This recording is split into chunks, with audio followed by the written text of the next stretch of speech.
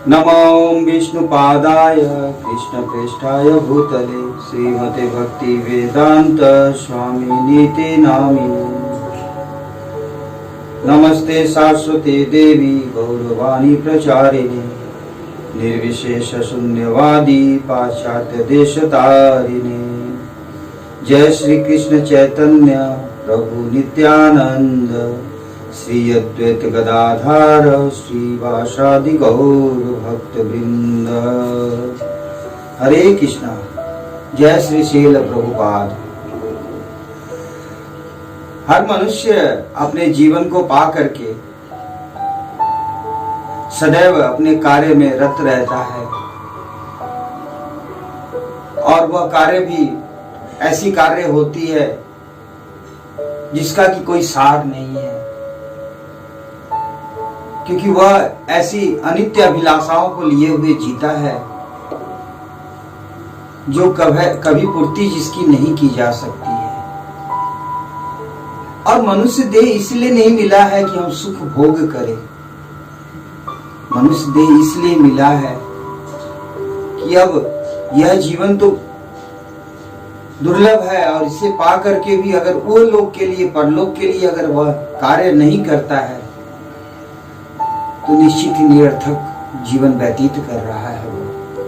और परलोक सुधारने का साधन एकमात्र भगवान श्री कृष्ण की भक्ति करना है, कृष्ण भावना मृत में लिप्त होना है, अपने इंद्रियों को, अपने विषय वस्तुओं को दर किनारे करते हुए भगवान के भक्ति में संलग्न रहना है।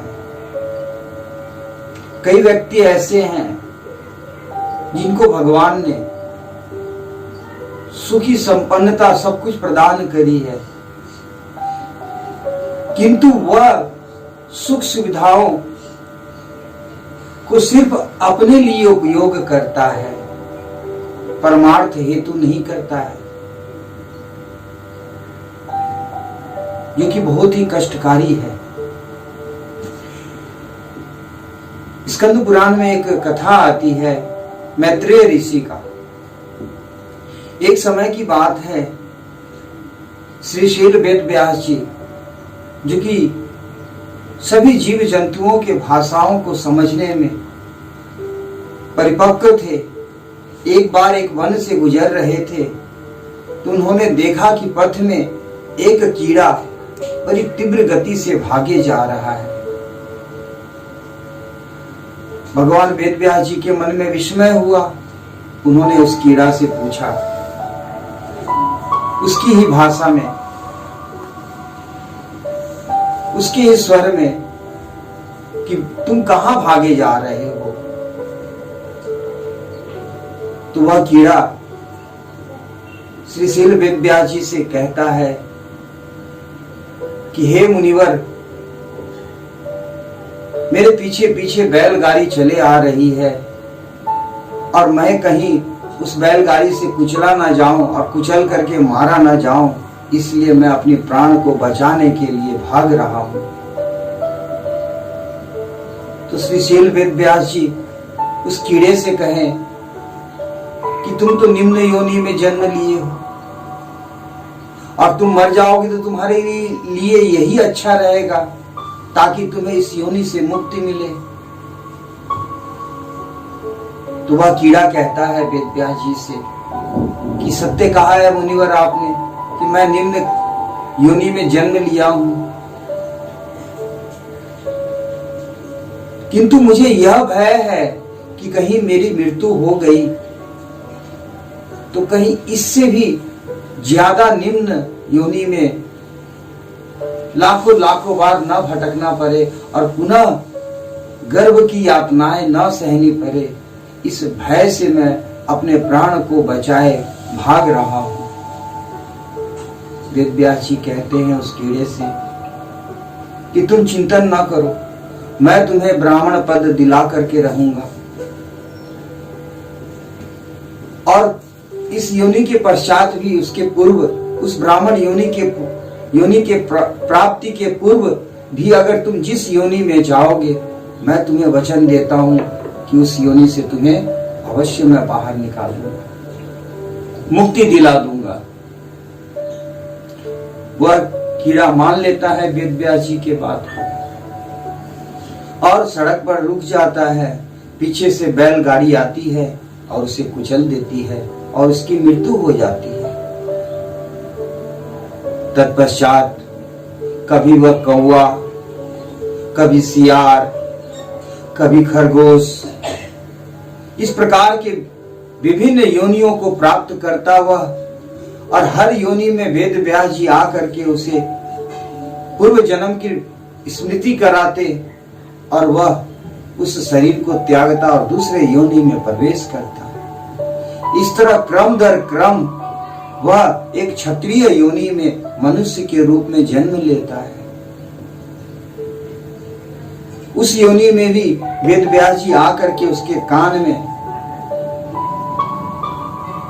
पूर्व जन्म के वृतांत बता देते हैं और इस प्रकार वह क्षत्रिय युद्ध भूमि में युद्ध करते हुए वीर गति को प्राप्ति होता है और तत्पश्चात वह ब्राह्मण कुल में जन्म लेता है।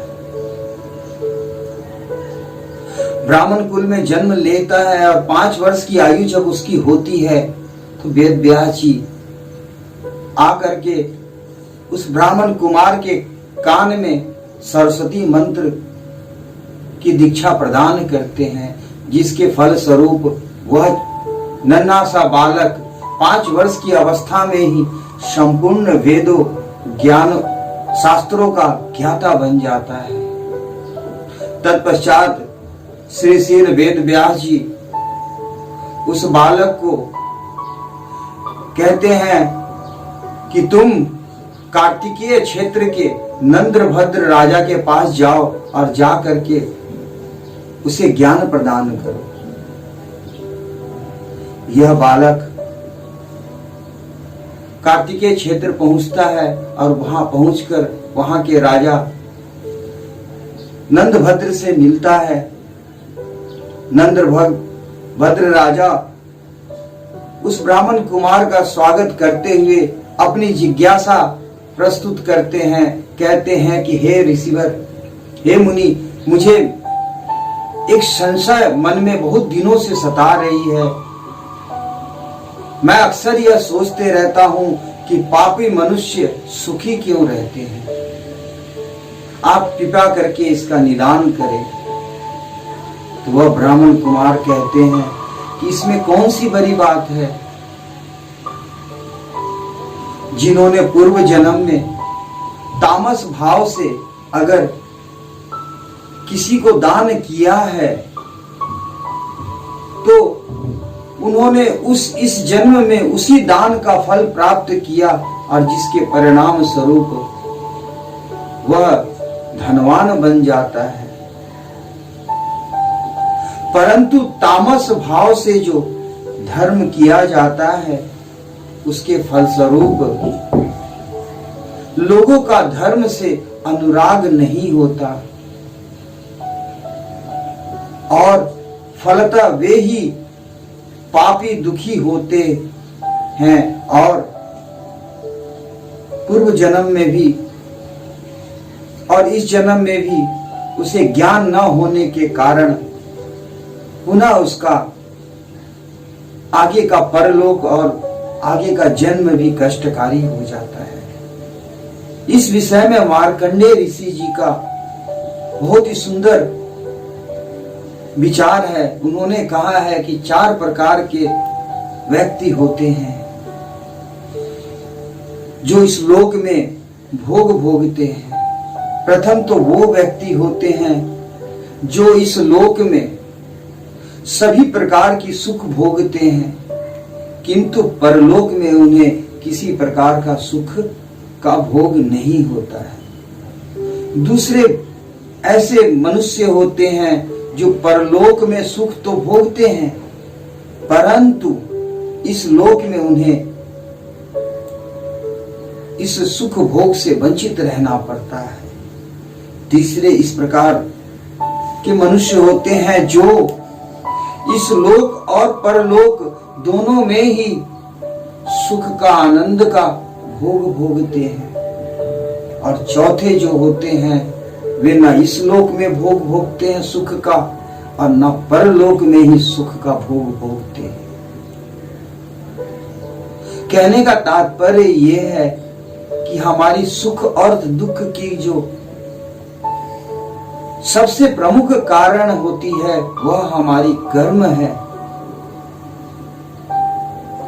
जो व्यक्ति पूर्व जन्म में तो बहुत सारे धर्म कर रहा है, वे निश्चित ही इस जन्म में सुख भोगेंगे,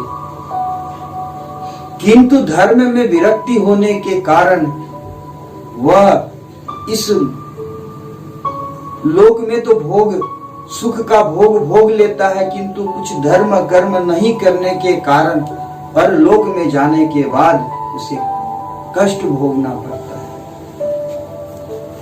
दूसरे व्यक्ति वे होते हैं जो पूर्व जन्म में तो किसी प्रकार का धर्म नहीं किए रहते हैं, जिसके कारण इस जीवन में उन्हें किसी प्रकार की सुख की प्राप्ति नहीं होती है, किंतु इस जन्म में जो वह धर्म कर्म करता है, कृष्ण भक्ति करता है, निश्चित ही वह परलोक में जाकर के सुख भोगता है।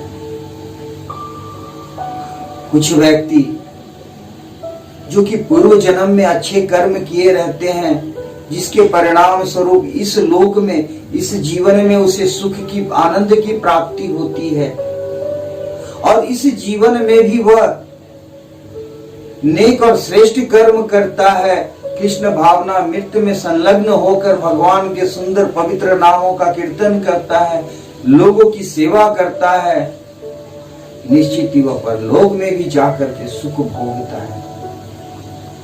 कुछ व्यक्ति ऐसे होते हैं जो पूर्व जन्म में भी कोई पुण्य कर्म न किए रहते हैं, जिसके कारण यह जीवन उसे कष्टमय बितानी पड़ती है, भोगनी पड़ती है, और यह जीवन प्राप्ति करके भी वह अगर भक्ति नहीं करता है तो निश्चित ही उसे परलोक में भी दुख भोगना पड़ता है। अब यह बात इतने सुंदर ढंग से इस ब्राह्मण कुमार ने नंद भद्र राजा को समझाया है। नंद राजा की मन की सारी जिज्ञासा शांत हो जाती है और वे प्रसन्नचित्त हो जाते हैं। तब यह बालक उसी बहुदक तीर्थ के तट में रह करके 7 दिन मरण अनशन रखते हुए न जल न भोजन न अन्न किसी प्रकार की कुछ न सेवन करते हुए अपने प्राण को त्यागित करता है, और तत्पश्चात वह कुसारु और देवी मित्रा के घर में जन्म लेते हैं, और उस जन्म में उनका नाम मैत्रेय ऋषि पड़ता है। तो बंधुओं, सुख और दुख जो भी हमें मिलती है, सदैव याद रखिएगा हमारे कर्म के अनुरूप हमें प्राप्ति होती है। बेशक ही इस जीवन में आपको कष्ट हो रही है, बहुत बहुत पीड़ाएं आपको सहनी पड़ रही है, निश्चित ही आप अपने मन में यह स्मृति बना ध्यान कर लीजिए कि यह हमारे पूर्व जन्म के कारण हमें यह भोग मिल रही है, किंतु इस जीवन में को पा करके आप ऐसा कार्य करें, ऐसी भक्ति करें, ऐसे भगवान के भजन करें कि अगला जीवन आपका सुखमय हो। यही जीवन का सार है। हरे कृष्ण।